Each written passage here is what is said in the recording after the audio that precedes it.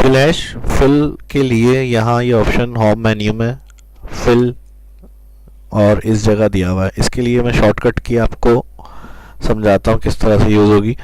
यहाँ पे flash fill है क्या, अगर हमें फर्स्ट कुछ हमने टेक्स्ट लिखे हुए और स्टार्ट के 2 या 3 अल्फ़ाबेट हमें अलग सेल के अंदर चाहिए, या उसके लास्ट के जो अल्फ़ाबेट हैं वो हमें अलग सेल में निकालना है, 2 अल्फ़ाबेट या 3 अल्फ़ाबेट, तो इसके लिए वो फ्लैश फिल करता है।